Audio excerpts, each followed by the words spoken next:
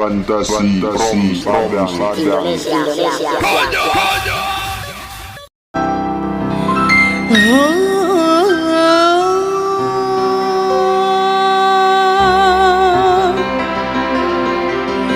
Kau dusta, cincin emas permata,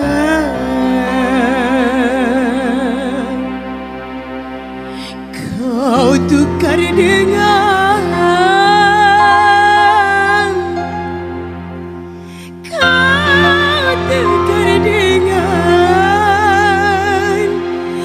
diriku.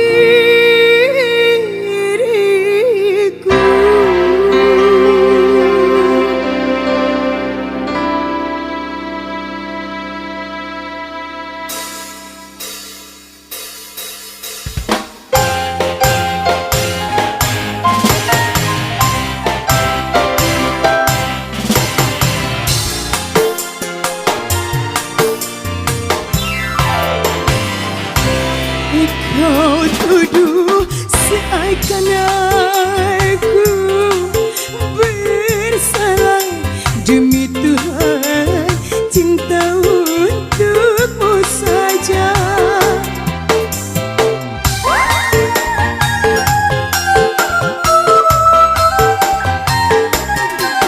Kau bilang ada yang lain darimu. Setelah kau reguk madu asmara, kejamnya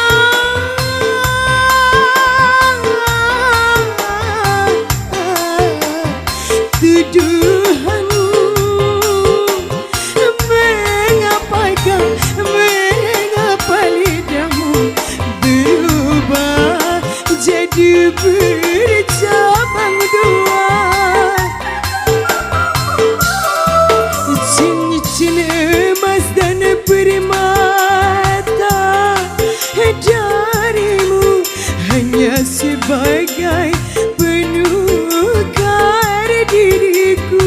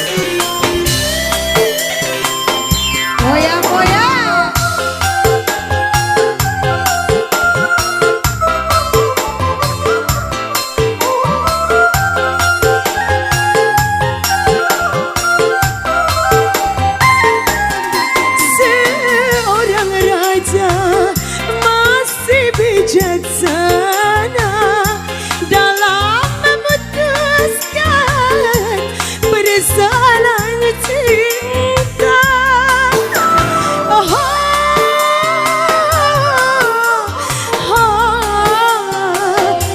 Sebagai lelaki, apa alasanmu kalau nyangkut mendapatkan diriku? Kau ingkari janji, bahkan sumpahmu dusta. Ludah yang terbuang engkau telan kembali. Kau tuduh seakan aku bersalah. Demi Tuhan, cinta untukmu saja. Kau bilang ada yang lain dariku setelah kau reguk madu asmara. Kejamnya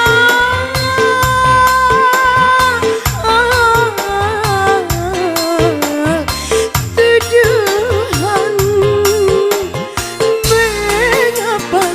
Mengapa lidahmu berubah jadi bercabang doa? Cincin emas dan permata darimu hanya sebaik